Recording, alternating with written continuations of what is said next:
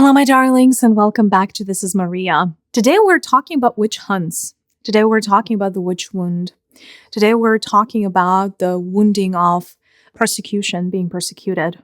Today we're talking about betrayal and how to heal the karma that is associated with it. Because in this lifetime, a lot of you have come to transcend that darkness. And that is the topic for today.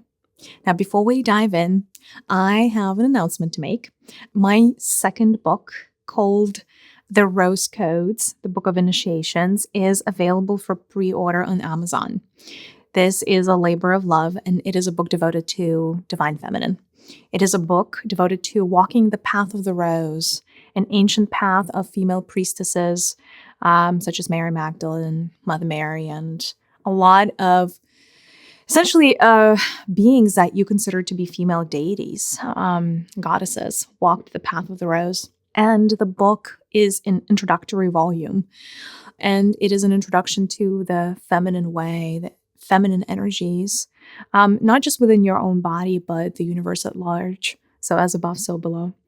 So if you have been curious about this topic, if you have enjoyed other works on the rose lineage before, if you think this book is up your alley, check out the Rose Codes. Yeah. And secondarily, per usual, I invite you to come meditate with me on our Sacred Universe podcast. I update new journeys there every week, and it would be my pleasure to share a sacred space with you and hopefully provide some healing. All right, my darlings, today we're talking about the witch wound. I wanted to address this topic because it is actually a lot more prevalent than you may think. Witch hunts were extremely prevalent in Europe at one point from the 15th through the 18th century. Of course, they were also prevalent at one point in the United States. It was a big movement, and it hurt a lot of people. And as we are coming into the age of awareness, the age of awakening, a lot of the souls that have shown up here at this time are here to transcend the witch wound for themselves and their sisters. And really, it is the wounding around having special abilities, quote unquote special, right? Having a third eye open is technically nothing special, but it makes you see things. Having clairaudience makes you hear things, and anything and everything that is beyond the quote unquote normal or baseline at one point could get you killed. And a lot of us have shown up in this particular life to heal that, to reclaim what we once lost. And what we lost as humanity actually was trust. We lost the ability to trust our neighbors, lost the ability to trust our sisters, lost the ability to trust our brothers, lost the ability to trust our family, because sometimes even your family would tell on you. And I think that the psychological wounding of the witch hunts goes so much above and beyond the witches that died, right? Because it impacted societies. It impacted the witch's family, right? So one witch dies or is executed, their entire family suffers, right? It would shift the lives of their husbands. It would shift the lives of their children, their parents, their friends that really love them, their villages, right? And truly in those old days, it didn't really take much to be a witch or become a witch, right? Or be called one, right? Anybody who had any semblance of healing, whether that was energy healing or that was, essentially understanding the herbs, right, could be considered a witch. And anybody who could see things and hear things and, communicate with spirit and all of that, right? There were many facets and faces of the witch archetype. Chances are, if you have gotten attracted to this particular episode, it is for a reason. That probably means that you have some witch karma to transcend. Either you yourself came as a witch and got burned at the stake or decapitated or what have you, or you were a part of the family or the lineage that had that done to a loved one. You may have experienced the witch wound from the perspective of somebody who betrayed another. Actually, it is also possible. And, betrayal is a really, really hard thing.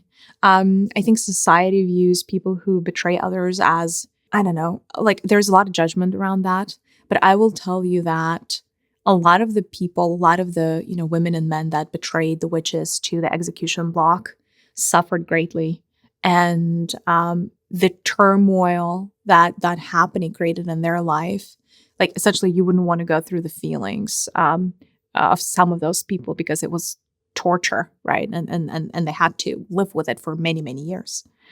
So the witch wounding runs deep. And it is, again, one of those things that is coming up to be healed energetically, right? Obviously, there are always, since the beginning of times, there have been people connected to the land, connected to the earth, connected to their higher centers, right? And therefore connected to the universe. And because in those times during the witch hunt, anything that was not the norm was considered heresy, right? And punishable by death. Being labeled a witch didn't really take a lot, right? You can have one prophetic dream and be labeled a witch. And then, of course, a lot of people were also wrongly accused, right? So there is that false prosecution and, being ratted out, if you will, without necessarily any, while being guiltless. Not that, being a witch, a wise woman is in any way, shape, or makes you in any way, shape, or form guilty. Quite the opposite, right? So during the witch hunts, a couple of things happened, right, for society. First, let's understand who the witch is and the witch archetype. The witch archetype is a female connected. It's a female that is like the wise aspect of the female. It is a female who understands essentially the precursors, like who understands the cause and effect. It is usually a female that is a very healing and cleansing presence. Witches of the old, the wise women of the old, were always the holders of ancestral wisdom, right? They were always the ones that remembered how things were. These were the people that were very connected to the land. And therefore, through that connection to the land and through their connection to Gaia, they could have massive healing abilities. But I'm not talking even physical healing on humans. A witch is a harmonizer, right? It's an energy harmonizer. Because again, anybody and everybody in the past, like that had any kind of interesting abilities was a witch, right? So like all your grid workers were witches, all of your, collective energy healers were witches, right? And so essentially you have a period of 3 centuries where all of these people were persecuted, they were murdered for their gifts. And because of that, shall we call it connection? If we were to imagine that connected or collective connection that humanity had to nature and wisdom through this group of females, usually females, although there were, of course, men who were persecuted, although in much, much smaller numbers. But essentially, these females were the holders of the wisdom, right? The holders of the ray of connection to Gaia. And therefore, because they were connected, they could heal the planet, they could heal the species, they could heal the land, they could heal the animals and the plants and everything. And they could pass their knowledge on to other women that would come afterwards. So what you have during the witch hunts is not only is that connective tissue or cord connecting humanity to Gaia is becoming thinner, right? Because there are fewer and fewer women that could hold that space, that could be the holder or could be the holders of that wisdom. As also, obviously, as witches were being killed and persecuted, certain lineages died out. Certain most magical lineages on the face of the planet Earth died out, right? Now, lineages are not randomly magical. If your lineage has magic, and I use the word magic very loosely, right? I don't mean it in a Harry Potter way. I mean it in you're connected to everything that is. You can impact reality. You're a natural born master manifester, and you have abilities of seeing, hearing, perceiving beyond the ordinary, such as being the oracle or being, a midwife and really understanding how to heal somebody physically or mentally or emotionally or what have you, right? Like all of those are facets of magic as far as I'm concerned, right? And so certain magical lineages where magic or these abilities were passed on from, the mother to the daughter, etc., right? Once you start removing a lot of witches from lineages, where does that wisdom go? It goes nowhere, right? Like witches were not able to impart that wisdom onto their children or onto their apprentices, etc., right? So you have a massive loss of wisdom that I would equate to, in terms of how much wisdom was lost, colloquial wisdom, I would equate the happening around the witch hunts to the burning of the Library of Alexandria. So when the Library of Alexandria in Egypt burned or, was ignited, was set on fire, and then burned. A lot of the old manuscripts from ancient civilizations, like Atlantis, were burned in the Library of Alexandria, which was this whole, it was just so sad because so many beautiful souls, call them light workers, came to planet Earth to download and bring this wisdom. And then in one fell swoop, when the Library of Alexandria burned, so much knowledge, so much lore got lost. And then we fast forward to the witch hunts and a different kind of wisdom, the wisdom that has been orally passed along from, or not only orally, of course, there were grimoires and all of these things, right? Some of it was written, but a lot of these books were burned as well, right? It's not like when they beheaded the witch, her house with all of her books and all of her, little tinctures, not that was preserved and put in a museum. Everything got demolished. Everything was just lost. The two instances that I'm mentioning are very, very different. But in terms of the amount of lore, in terms of the amount of wisdom that was lost, they're very close, actually, ironically, right? Very different times and very different happening. But a lot of that connection, a lot of that, femininity was lost during the witch hunts. Not to mention that was not the only thing that got lost. Obviously, with the decline of all of the natural remedies, the one thing that had to step in was progress, right? So the industrialization came afterwards and, medicine and everything else. Well, of course, people couldn't heal themselves now that they killed all the witches. So they had to invent medicine. And I'm not saying anything against science. I think science is beautiful. But at the same time, there's nothing against natural remedies and there's nothing against magic. In fact, there are worlds where the two coexist. It doesn't have to be one over the other. It doesn't have to be, you can have it all, is my point. The wisdom and connection to Gaia was not the only thing that was lost.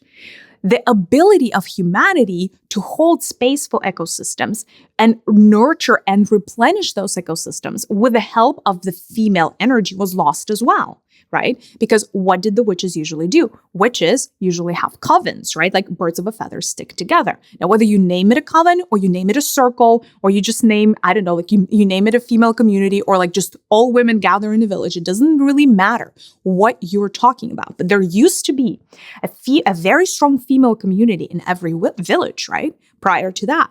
What would the women do? They would gather together for rituals. They would gather together when they were bleeding, for their monthly cycle, usually around the new moon, unless they were, anyway, let's skip that. And then, essentially, it was a tight-knit community of women that could heal the land, right? Whether it was collective prayer, or was a collective ritual, it was a song, a collective song. When women get together, they sing and dance. I don't know if you noticed. Well, maybe not anymore, but they used to.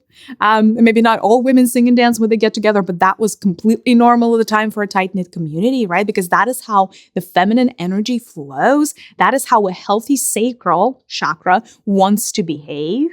It wants to pour, its energy out and share, especially, women always accentuate women.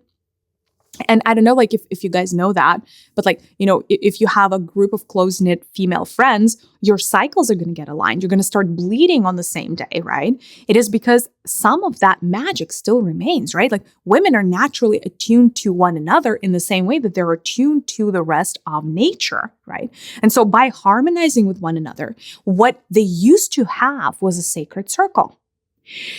And through that circle and the power of alignment and energy exchange and sharing within the circle, women would hold space for their entire village. And when I say hold space, it's not in a very esoteric way that I mean that, but what is holding energetic space? What does it actually mean? Villages with very close female circles experienced overall better longevity, meaning people lived longer in those villages.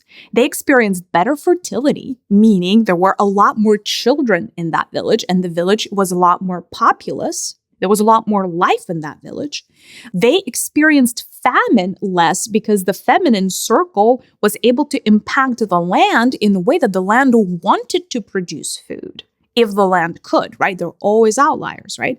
And by the way, there have been instances where, let's say it is an instance where there were some, I don't know, random pillagers or like people who would want and like take, I don't know, like steal things from others, like not necessarily the war scenario, but like, let's say that there were some dishonest people that really wanted to take advantage of others.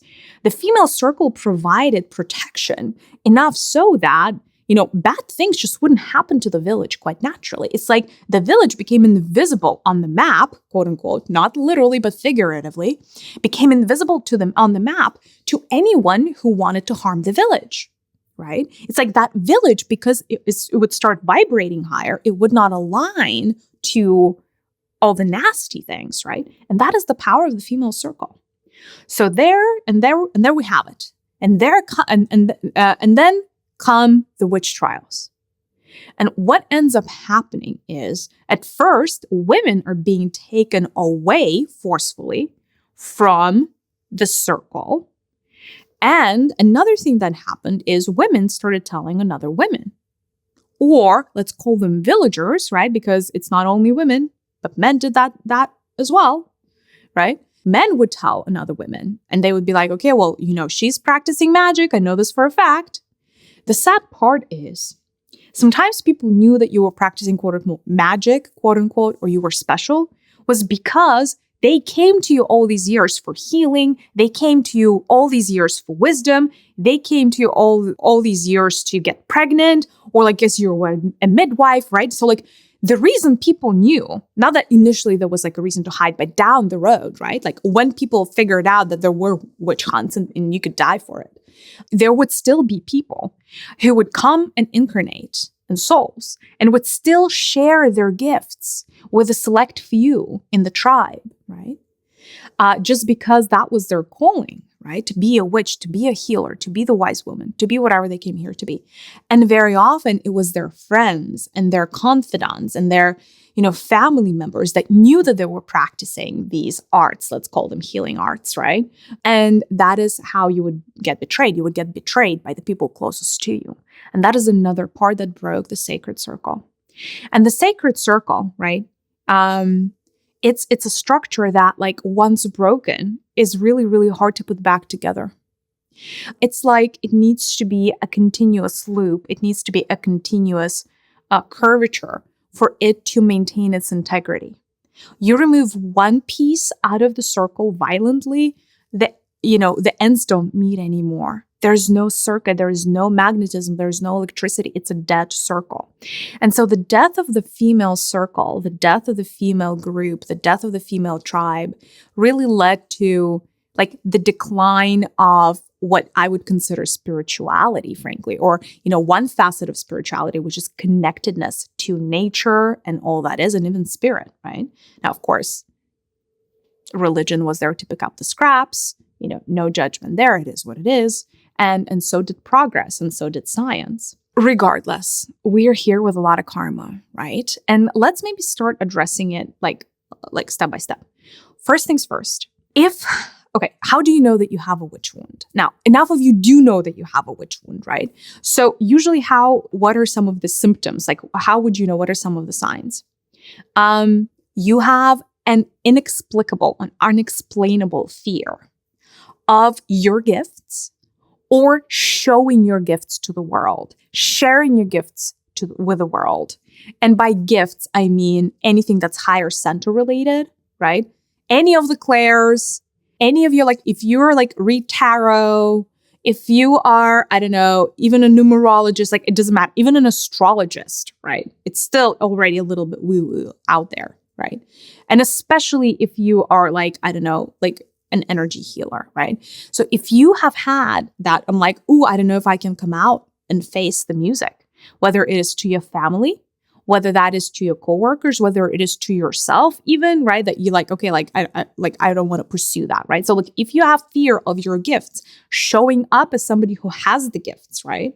Stepping up and sharing, whether that is on social media or somewhere else in your community, right? If you have a fear around that, there is a big probability that you have a witch wound.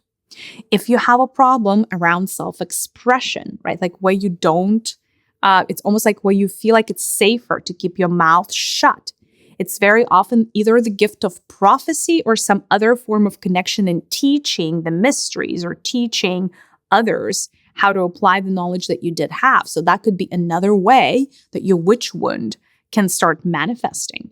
If you have a distrust of other women, if you feel like you are often either experiencing jealousy from others, or you feel like women, like if you have a pattern of women betraying you, or if you have a pattern of women backstabbing you, if you have a pattern of women that just dislike you for no reason, most likely you're the carrier of the witch wound because you distrust the circle, and so the circle distrusts you, right? So like you find those people, those other women out there in the open. Can I just say something? Sorry. I know this sounds like I'm just talking to women, but there is a big likelihood, right, that you are now in a male body or a body that identifies as male, and you still have the witch wound, this particular kind, because you could have come as a female during the witch hunts. I just wanted to say.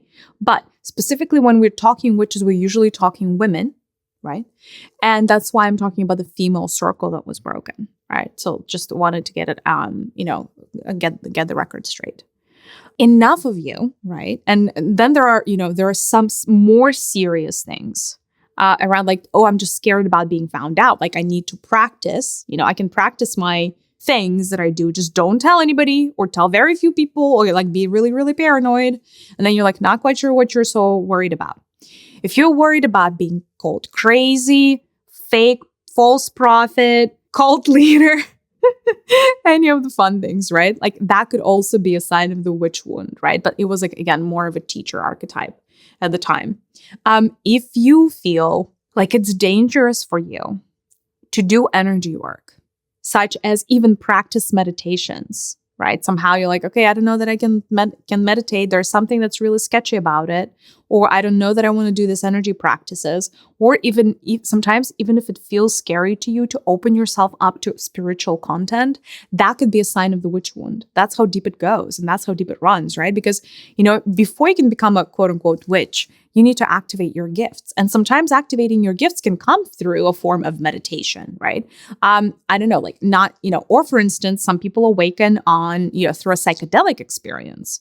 It happens, right? So like if you have a big fear of that could also be the witch wound. Now, there are other aspects and there are other signs of having a witch wound. I don't know, it may be as simple as watching a movie about witches and just being curious about witches. Like if you keep reading books about witches, if you keep, just being curious. Hey, honestly, if you like Hermione Granger from the Harry Potter, you may have had a witch lifetime, or you may be having a witch wound. As like kind of like reverse logic as that may seem to you, because it doesn't mean that you have been burned at the stake, whatever, as a witch.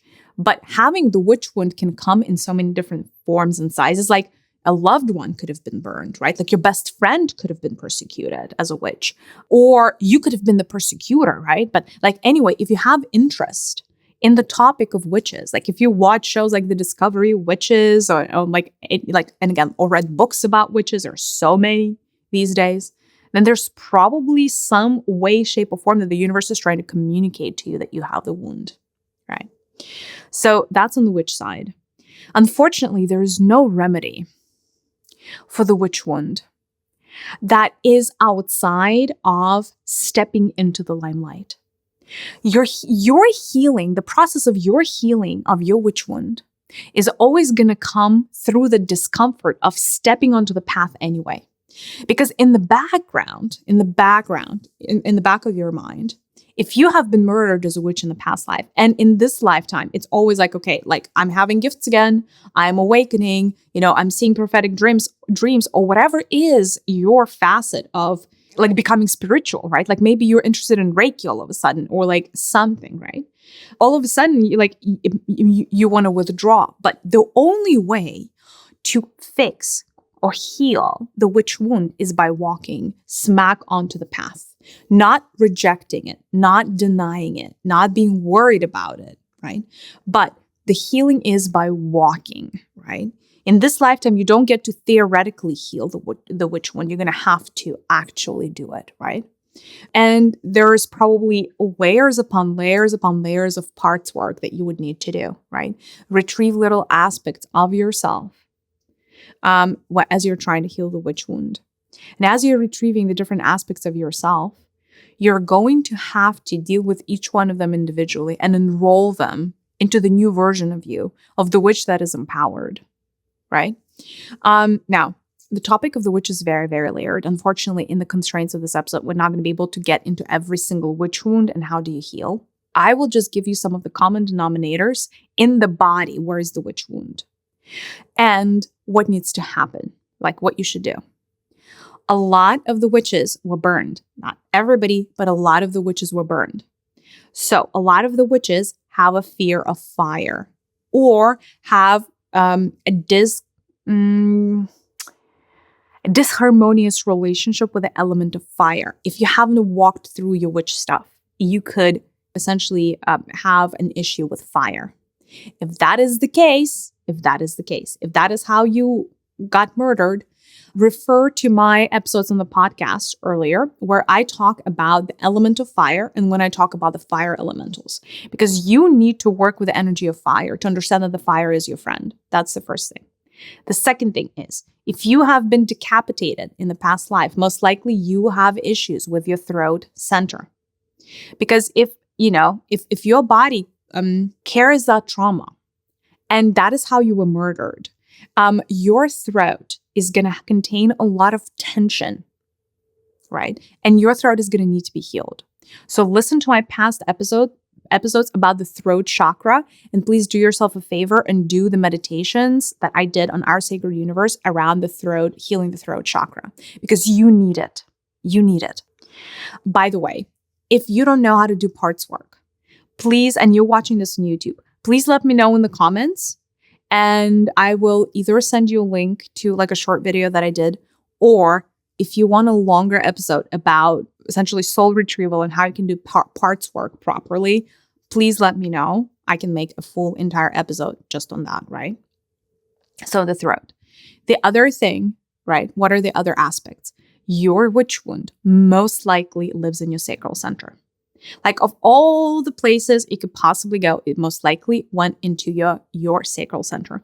Because when the circle of women was first established, it was originally established through the sacral center. So women were first connected through the sacral center. And secondarily, they were connected through the heart, right? So it was like two concentric circles, one under another.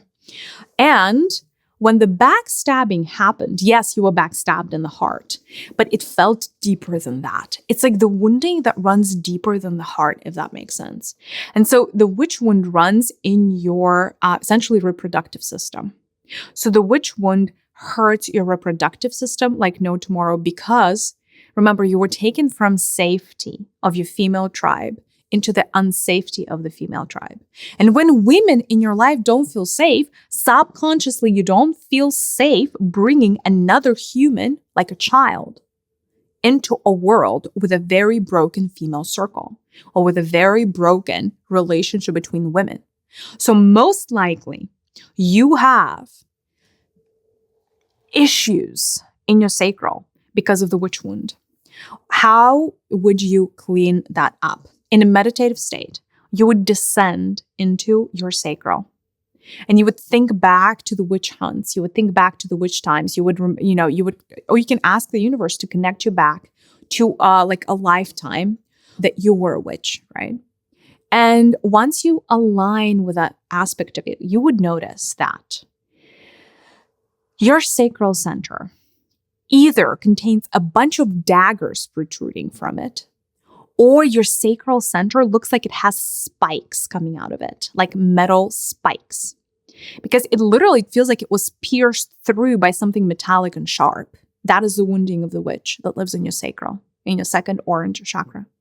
What you need to do in a meditative state is remove all the daggers, all the metallic objects, whatever they look like, one by one by one by one, from your sacral chakra, from your body. And as you do it, you have to bring on either the violet flame or the golden flame and allow the flame to encapsulate your entire sacral chakra so that the flame can fill in the gaps and seal the wounding, right? There's going to be a lot of holes, so to say, energetic holes in this part of your body through all the sharp objects, right? That it exists there. And again, the sharp objects are a symbol, right? They're a symbolic representation of that wound that cut us so deep.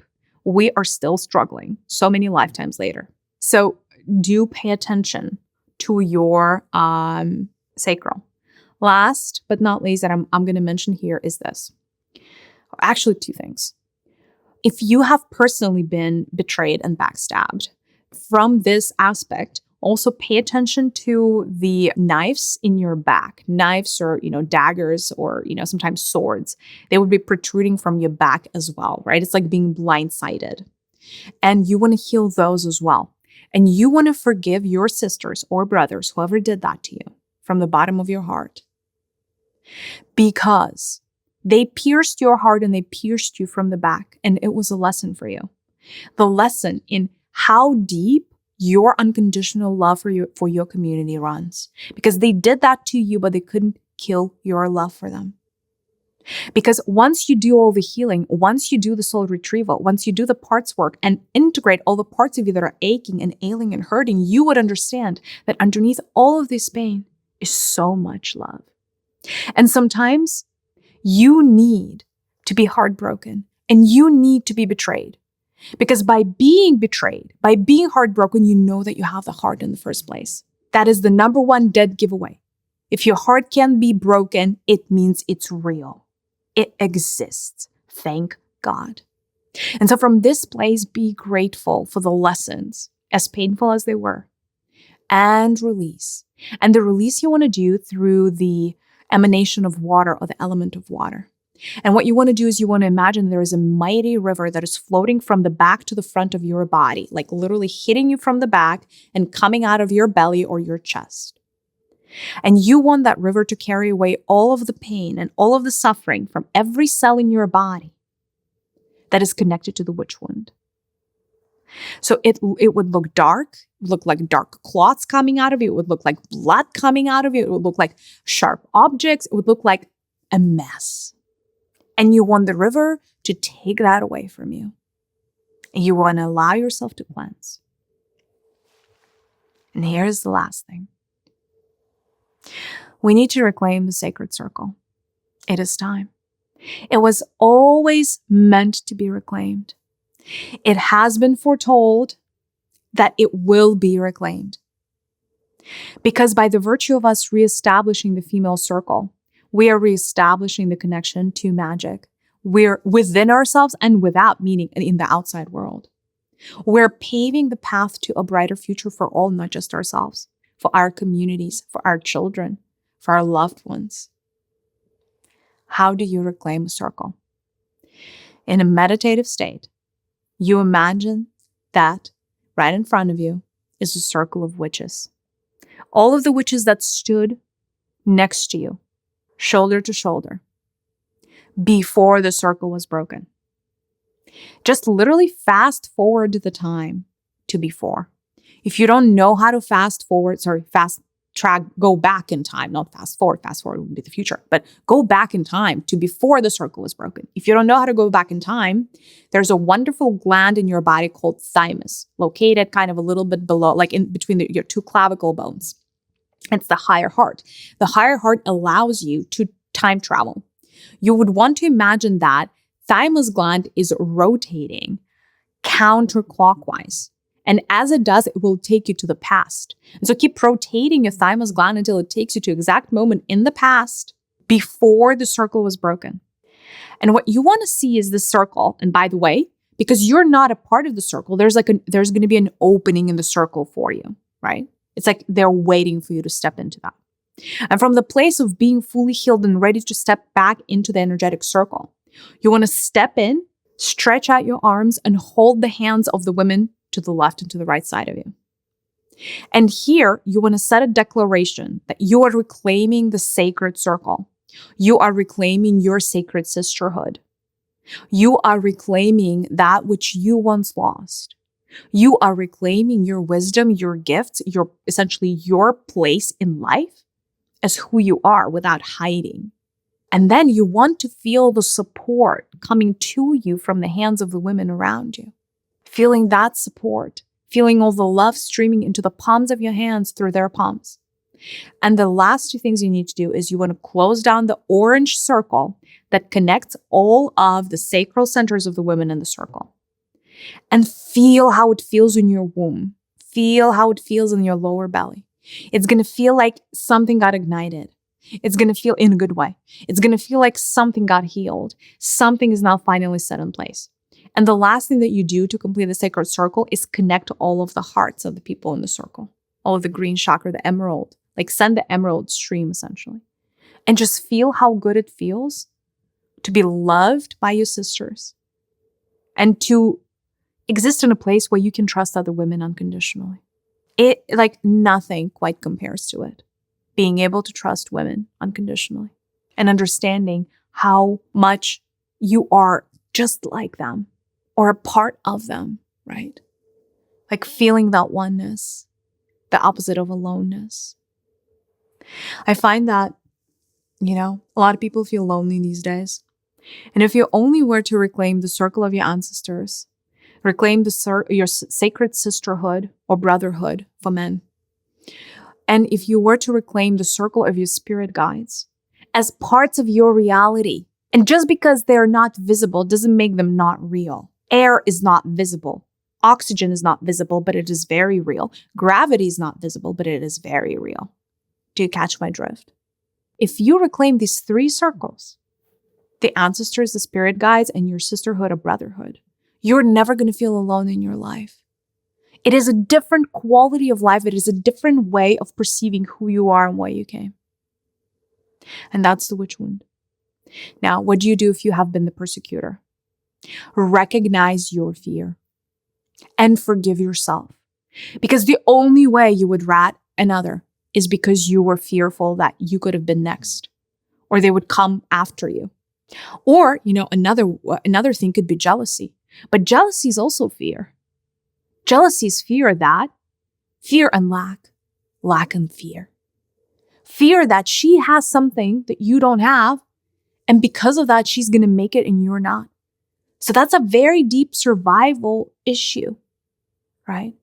So for you, if you are the persecutor, your job starts with healing your root center, your fear. I have an episode about the red chakra healing. And I have a meditation of how to overcome fear in our sacred universe, at least one and maybe two. So start there. But the most important part is to forgive yourself for the feelings that you're feeling, or felt at one point, right? For the fear and the inadequacy that you felt that made you act the way that you did to others, to women. And then asking for forgiveness of the sacred circle. Asking all of your sisters who you may have betrayed to death for forgiveness. And then, finishing, once you get that forgiveness, finishing that ritual up with joining the circle again as a cleansed version of you. The coming back into the circle, because both the witches that were persecuted were no longer part of the circle. And the witches that were persecuting or telling on others, everybody got, both of these were kicked out from the sacred circle, right? And maybe it didn't happen physically, but it happened etherically. And so both need to come back to complete the circle. We need every single woman to complete the circle. Cannot do it halfway. I wanted to see if the collective has any questions around the witch wound that I can answer. Please step forward if you have the question.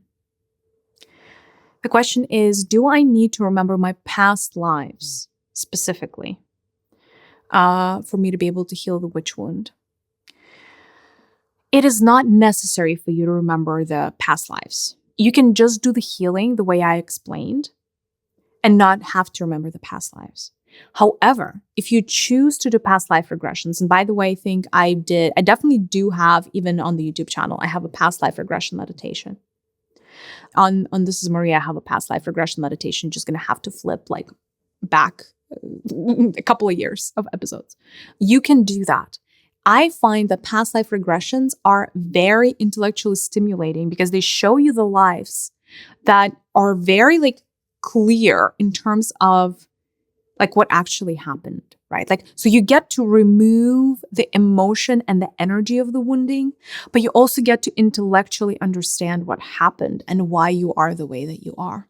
And sometimes understanding the reasons that we are broken leads to so much healing that, like, you know, your healing would almost be incomplete without it, right? So if you can do a past life regression on your witch wounds, please do so. By the way, the more you do past life regressions and the more you connect to the Akashic records, the easier it's going to be for you. I've made an episode about connecting to the Akashic records that can really help you do that. Like if it right now, for some of you, it may be taking, like an hour-long meditation to understand like what the past life was. The more you practice, the more you develop a muscle for this, like you'll be able to see your past lives like 10 a minute, right? You'll be able to like the universe or the Akashic records show me like all of my lives where I was a witch. And it'll show you like all of them back to back to back to back, right? So practice makes perfect. And like truly you do have the necessary tools inside of your body to be able to see all of these things. So yes, I think that if you are watching this video, chances are you need to do past life regressions connected to the witch wound, right? Whether in like you were the family member, you were the witch, or, you know, you were the executioner. How about the executioner? The wound of the executioner during witch trials is a big wound. Not for everybody, of course, but it is part of the whole karmic cleansing cycle. What do you think that somebody that's just executing witches or like making, you know, giving people orders to find and burn witches, you think that person doesn't incur karma? Of course they do. Of course they do, right? And part of it is the healing of the inability, or like the healing of the rigidity and the inability to understand that what is standing in front of you is not an enemy, but like a part of you, right? Like, and executing someone eventually is going to come back to you full circle because we're all one and you're only hurting yourself, right? And so the executioner karma is pretty deep too. And some souls chose to be the executioner during the witch trials because they wanted to go all the way in one direction so that they could be healed in the future. And a lot of people, interestingly enough, a lot of people who were the persecutors, you know how they're healing this karma in this lifetime? By helping people come out of the closet, by helping the witches, so to say, that are incarnated right now. In whichever way, right? By supporting them on social media and otherwise, by buying their services, by investing in their businesses and their practices, etc., by sharing their messages with friends, right? If you have been the persecutor or the executioner, chances are you're being called to give back in ways that are really big, fat, huge. And owning that calling could be pivotal for your soul. So listen to your intuition. And if you feel called to help someone, do so. Chances are you're helping cleanse your karma one way or another. I'm going to take one last question from the collective around the witch wound. The question is, how do I deal? I did a past life regression. I found out I was beheaded as a witch. How do I heal that? Because I feel like my throat is constrained. So the first, it's going to sound morbid, right? But when you're working with like memories like that are stuck in your physical body, you want to reassemble yourself back together. That is how you heal it on the physical and an energetic level. So like you would literally, reassemble back your head if you were decapitated. You would take the golden thread and you would stitch the head back on. I'm sorry for the morbid thing, but that's how energy healing works, you guys. I know it's like not the prettiest thing, but it is what it is. It wasn't the prettiest death either, right? So like the healing is not going to be very pretty. So you stitch it back on. Then you need to take the golden thread and reweave all of the organs and organ systems and glands and nodes, lymph nodes, etc., in your neck.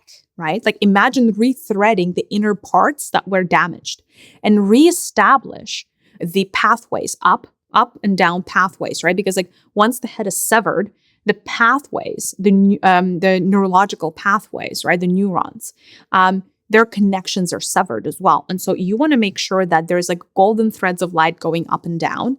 And there's like almost like watches like electricity runs in that area of your body, right? Like, so essentially the process of healing looks like the full restoration of all of the tissues that are in the part of your body that has been damaged. If you have been killed any other way, the same truth also applies. Doesn't really matter, right? Okay, my loves.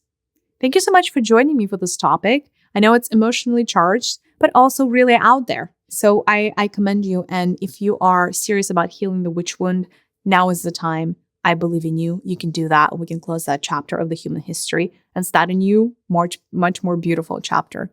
Thank you, my loves. I'll see you in the next one. Bye.